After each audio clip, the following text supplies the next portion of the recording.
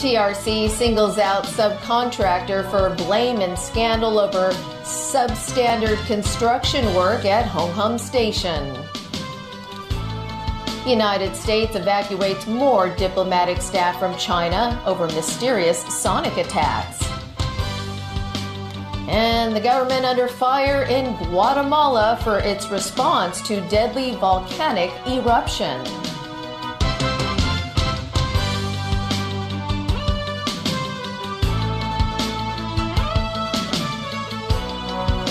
Good evening and welcome. The MTR Corporation has confirmed that it was staff from a subcontractor who cut some steel bars short at Hong Kong Station construction site in 2015. As Wen Wong reports, the admission is adding to the growing unease about safety checks for the Sha Tin to Central link. The trickling of information continues from the MTR Corporation, who, as one lawmaker described, opened a few more questions than answers in a press conference yesterday. For the first time, executives confirmed today that it was indeed staff from subcontractor Fangsheng Construction Limited who cut some steel bars short at a construction site in Hong Kong Station. The station is currently being expanded as part of the Sha Tin to Central Link project. In a press conference yesterday, reporters had asked more than once whether Fangsheng was responsible, but executives only said the job had been given to contractor Leighton Asia, who then outsourced the steel project to Fangsheng. Also yesterday, the MTRC said it didn't want to speculate why workers would do such a thing. But today, Projects Director Philco Wong explained steel bars were laid densely in some areas, so staff found it difficult and tried alternative methods. Of course, these methods are wrong, he added. As to just how many steel bars were found problematic, the operator is sticking with the rather vague no more than 21 answer. Wang repeated that since so many works are going on at once, not all checks are recorded in black and white. Chairman Frederick Ma also pointed out that Leighton Asia has the responsibility to explain to the public whether it had actually checked the work before signing an approval. Because if they didn't, that's breaking the law, he said. But lawmakers believe there's still plenty the MTRC needs to explain. Oh, everything. Everything about everything that none of us know. Any reasonable MTR officers should have reported the case to the senior management as soon as possible, and they should have kept the proper record. Wen Wong, TVB News. The Legislative Council is expected to conclude the second reading of the co-location bill this evening. Pan-Democrats have accused the government of trying to bulldoze the bill through LegCo. Sharon Tang reports. The clock is ticking in the co-location bill debate as the LegCo president earlier capped the allotted time to 36 hours. But that prompted Democratic lawmakers to continue with their delaying tactics. President, I'd like to make a quorum call. 5 quorum calls were made this morning. Once the bill is passed, mainland laws will be enforced in designated areas inside the high-speed railway's West Kowloon terminus. You put a cap on the number of hours, and you have said all the presidents. This is a blatant disregard of the rules of procedure and the basic law. The co-location arrangement is illegal and unconstitutional. There are a lot of controversies in the examination and scrutiny of the bill which have not been properly addressed. Pro-establishment lawmakers were unhappy about their opposition camp's filibustering tactics. We started this agenda item. They asked for an adjournment motion, and I think they are contradicting themselves when they're saying that there isn't enough time for them to speak. Meanwhile, LegCo President Andrew Leung hopes lawmakers can use their time wisely and speak concisely. The LegCo President also stressed that it was not his duty to judge whether the bill had contravened the basic law. Adding to the debate was the MTRC admitting to further leaks at the West Kowloon construction site. With the heavy rain on Wednesday, water gushed into a basement floor of the station and seeped in from a ceiling. Lawmakers weren't happy with the rail giant's oversight of the project. It seems that the monitoring system fails to reflect the truth and the problems effectively. And this problem, in fact, was pointed out by the expert panel back in 2014. She also described the company's culture as sloppy and urged its managers to closely monitor the entire process to avoid any systematic problems. Sharon Tang, TVB News. The U.S. medical team is screening more Americans who work in Guangzhou after the State Department confirmed it's evacuating government workers. The evacuations follow medical testing that revealed the workers might have been affected by unexplained health incidents that have already hurt U.S. personnel in Cuba. The State Department spokesperson says a number of individuals have been brought to the U.S. One government employee in Guangzhou was evacuated earlier. China says it has no information about the cause of the incident. Taiwan's military conducted an exercise today simulating an invasion by mainland Chinese forces. The drill was part of the 5-day Han Kuang military exercises. They're held every year to show the self-ruled island's determination to defend itself from a Chinese attack. Beijing has been upping pressure on Taipei by cutting already tenuous diplomatic links. It's also sent an aircraft carrier close to Taiwan several times. Elsewhere, first responders in Guatemala are struggling against bad weather and an unpredictable mountain as they try to find survivors or bodies in the aftermath of a volcanic explosion. Authorities say 99 bodies have now been recovered since the volcano of fire roared back to life on Sunday. Search and rescue efforts were cut short again yesterday when a downpour forced teams to retreat for fear of mudslides. Boiling water fueled by toxic gases and ash is also flowing down the slopes of the Fuego volcano, forcing crews to pull back. When searchers have been able to work in the hardest hit areas, the death toll continues to rise. Only 24 bodies have been identified and close to 200 people are missing. Amateur video shows the moment Fuego erupted on Sunday, sending columns of ash and smoke 10 kilometers into the sky. The video was filmed from a golf resort, which was later engulfed by the eruption. Reports say everyone was safely evacuated. Local infrastructure has been no match for Fuego. There used to be a bridge here. Truck driver Efren Suarez is standing on debris above what used to be a village next to the mountain. He says he saw people taking photos from the bridge just before it collapsed as the ash flow hit. He says nobody is going to be able to get them out or determine how many are buried there.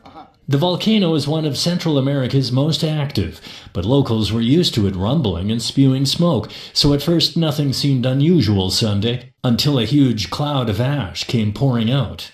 The village was gone in a few minutes. With a red alert remaining in place and new evacuation orders issued, people are being advised not to linger near the affected zones. Experts are warning of new flows descending through canyons down the slopes, which could carry massive debris, including boulders and trees.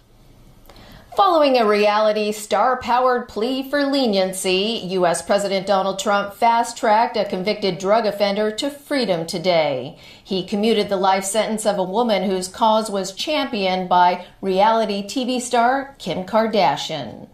Alan Booknia reports. 63-year-old Alice Marie Johnson spent 21 years behind bars, serving life without parole. She was convicted in 1996 in connection with a Memphis-based cocaine trafficking operation involving more than a dozen people. I want to thank President Donald John Trump. Woo! Thank you, thank you, thank you. for giving me another chance in life and restoring me to my family. I'm feeling no handcuffs, nothing on me. I'm free to hug my family. I'm free to live life. I'm free to start over. I cannot. This is the greatest day of my life. Still to come in tonight's news. Strong wind signal number 3 issued as tropical storm lashes Hong Kong with rain. Remembering Bobby Kennedy 50 years after his death.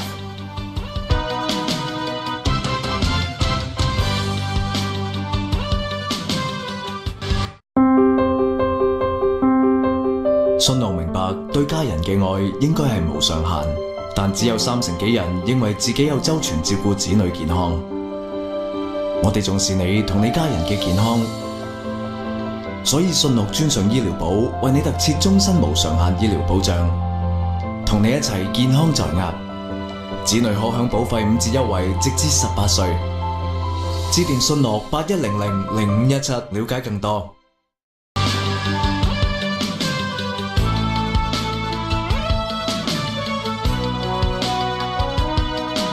Welcome back. The strong wind signal number 3 is in force as tropical storm Ewinyar edges closer to Hong Kong. However, the chance of a number 8 signal today is slim. Caleb Leung has more. The observatory issued the year's first strong wind signal number 3 at around lunchtime. But the rain came earlier before then. There was flooding in the northern New Territories this morning, with more than 100 millimeters of rainfall recorded in Shengshui and in Takulin. The situation was just as bad around Song Wong Tai Road and To Kwa Wan Road. Here at Diamond Hill MTR station, several exits were closed for around 2 hours as flood water gushed in from a nearby construction site. At around 10 a.m., the Education Bureau announced that classes at kindergartens and some special schools were suspended. As for Macau, the signal number 3 was issued at 12:30 p.m. Classes at kindergartens, special schools, as well as primary schools in the afternoon were also cancelled at the enclave. Winds over the city's bridges are expected to be strong and gusty, and drivers were advised to be extra careful. Ewinyar adopted a more northeasterly track and edged closer to Hong Kong during the day, while its intensity also strengthened slightly today. According to the latest forecast track, it is expected to make landfall over the western part of Guangdong coast tonight and tomorrow morning. The strong wind signal number 3 will remain in force today. The observatory is expecting the storm to weaken gradually in the next couple of days, although a few showers over the weekend are expected. Caleb Leung, TVB News. The Urban Renewal Authority is expanding the scope of excavations at a redevelopment site in Wong Tai Sin. This after more historical relics were unearthed at an ancient walled village in the neighborhood. Christy Leung has details. The foundations of watchtowers, as well as the remains of village walls, all these were unearthed at the old Artin White village, which is more than 600 years old, when the Urban Renewal Authority began its excavation work in 2016. This prompted the URA to expand the scope of its excavation area. Whether these findings will be preserved or how we're going to mitigate it, we have to wait until the report by the end of the year. The reports will be submitted to the Antiquities and Monuments Office to discuss the way forward. With these uncertainties, though, the authority made some promises. What we have committed to the District Council in 2007 and 2011 will not be changed. These sort of structure will not be affected anyway, should there be development or not. The structures are the 3 key relics of the village, including the village gatehouse, a stone tablet, and a Tin Hau temple. In a joint venture with developer Cheung-Kong Property Holdings, the authority planned to build 750 flats at the site back in 2007. It expected the project will be completed this year when it first announced the plan, but the date has been further extended. The redevelopment project is expected to be completed in 2023. Still, the authority admitted the completion dates could be postponed due to the ongoing excavation work. A lawmaker says the possible delay of the project is understandable. We have to keep a balance between development and the conservation of the heritage. Wen also believed the delay wouldn't have much of an impact on the city's housing needs. Chris Tillon, TVB News. Overseas again and to central London, where more than 100 firefighters tackled a massive blaze at a luxury hotel. The London Fire Brigade rushed to the 12-story Mandarin Oriental Hotel just before 4 p.m. Occupants were quickly escorted to safety as thick black smoke billowed from the top of the hotel. There were no immediate reports of injuries, and the cause of the fire is still unknown. The blaze broke out less than 1 week after the hotel underwent renovations that cost £185 million. A ceremony marking the 50th anniversary of Robert F. Kennedy's death took place at Arlington National Cemetery. That's where speakers paid tribute to an American presidential candidate whose life was cut short by an assassin just like his older brother, John. In his final interview, just moments before he was shot, Robert F. Kennedy promised if he was nominated president, he would remove U.S. troops from Vietnam. 6 months ago, we were talking about bombing Hanoi, and we're concerned about that because we're going to kill civilians. Now we're killing large numbers of them as we bomb Saigon. I just think that we just have to change our policies. On the hallowed ground he's now buried at, Kennedy's daughter thanked everyone for remembering his legacy of peace. It was very painful to lose my father.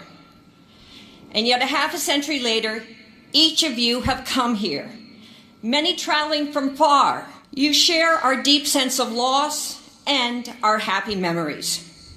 Your presence is deeply moving to and a tribute to the love that my father inspired. Former President Bill Clinton insists his legacy is still relevant. Robert Kennedy said, "'Tis not too late to seek a newer world, but we have to do it the way he did, with a heart full of love and an outstretched hand." His legacy has brought us here and will see us on. To make him proud. His grandson described how Kennedy lives on in those gathered. Of Dolores Huerta, his kindred Chicana spirit. Of John Lewis, a brother and mentor. Of Emma Gonzalez and our army of young activists, such fearless stewards of a future my grandfather imagined and summoned us to. For Robert F. Kennedy, this was the measure of a life well lived. Kennedy was trying to heal the divisions within U.S. society that began with the assassination of his brother, former President John F. Kennedy. After winning the California primary on June 4th, 1968, he had just finished his victory speech and was exiting a Los Angeles hotel when gunshots rang out.